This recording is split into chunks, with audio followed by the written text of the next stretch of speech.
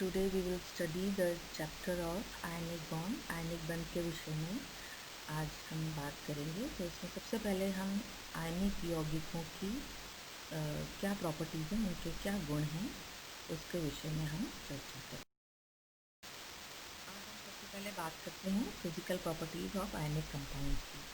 तो melting point और boiling point के विषय में जब हम बात करेंगे तो इनका अधिक होता है, मेल्टिंग पॉइंट और बॉइलिंग पॉइंट, और ये इस बात पर निर्भर करता है कि कितने स्ट्रॉन्गली ये पार्टिकल्स हैं जो अट्रैक्टेड हैं एक दूसरे से आकर्षण बल द्वारा ये जुड़े हुए हैं। उस आधार पर हम डिसाइड करेंगे कि इनका गलनांक तथा क्वथनांक कैसा होगा।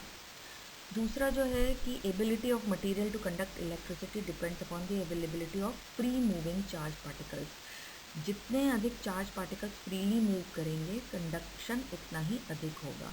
सॉलिड स्टेट में आयन किसी भी आयनिक कंपाउंड में अपने अपने फिक्स पोजीशन पर लॉक्ड होते हैं एक स्ट्रॉन्ग अट्रैक्टिव फोर्स के कारण, और परिणाम स्वरूप क्या होता है कि ये जो आयनिक सॉलिड्स हैं ये इलेक्ट्रिसिटी कंडक्ट नहीं करते हैं।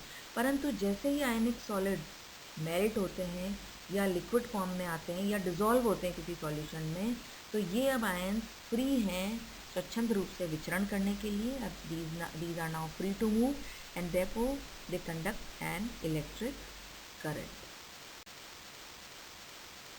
सबसे पहले हम physical properties of ionic compounds पढ़ेंगे।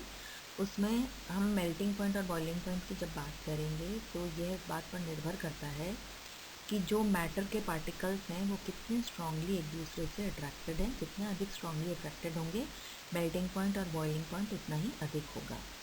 नेक्स्ट है कि ability of material to conduct electricity.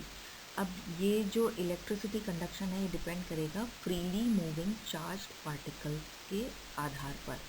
और जब सॉलिड स्टेट में ये आयन्स होते हैं आयनिक कंपाउंड में, तो ये अपनी एक फिक्स पोजीशन में लॉक्ड होते हैं स्ट्रॉन्ग अट्रैक्टिव फोर्सेस से, इसलिए आयनिक सॉलिड इलेक्ट्रिसिटी कंडक्ट नहीं करते हैं।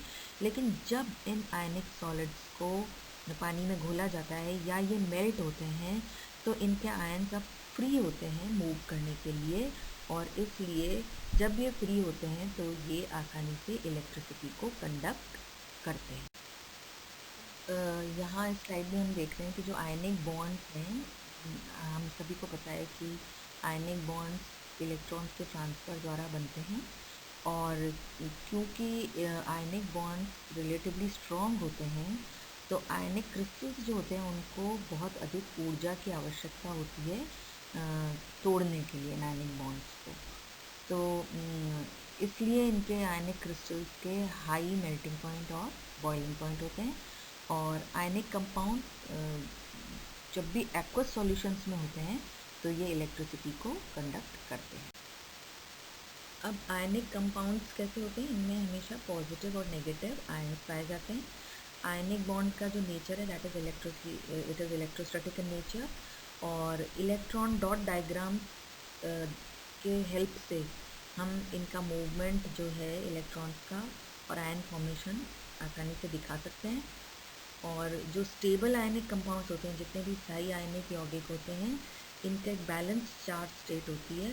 इस तरह से होती है कि ओवरऑल जो मॉलिक्यूल है उस पर चार्ज ज़ीरो आए। अब यहाँ पर हम सोडियम क्लोराइड जो आयन पेयर है उसका बनना डिस्कस करेंगे। ये सोडियम है और ये सोडियम का इलेक्ट्रॉनिक कॉन्फ़िगरेशन है 2, 8 and 1, और यहाँ पर ये देखिए ये क्लोरीन एटम है। अब सोडियम क्लोरीन के साथ क्रिया करेगा तो ये जो स्थिति है कि सोडियम अपना एक इलेक्ट्रॉन, क्योंकि क्लोरीन के पास में एक इलेक्ट्रॉन की कमी है ऑक्टेट पूरा करने के लिए, और सोडियम के पास लास्ट जो आउटर मोस्ट ऑर्बिट है उसके अंदर एक इलेक्ट्रॉन है, तो ये इलेक्ट्रॉन आसानी से क्लोरीन को दे सकता है। तो यानी कि सोडियम से क्लोरीन को इलेक्ट्रॉन ट्रांसफ़र हो सकता है। तो ये देखिए यहाँ पे ये सोडियम अपना एक इलेक्ट्रॉन दे देता है, क्लोरीन एक इलेक्ट्रॉन ले लेता है, तो इस पर पॉजिटिव चार्ज आ जाता है और इस पर नेगेटिव। तो इस प्रकार ये सोडियम क्लोराइड का आयन पेयर बन जाता है, इसका सोडियम क्लोराइड आयन पेयर का निर्माण होता है।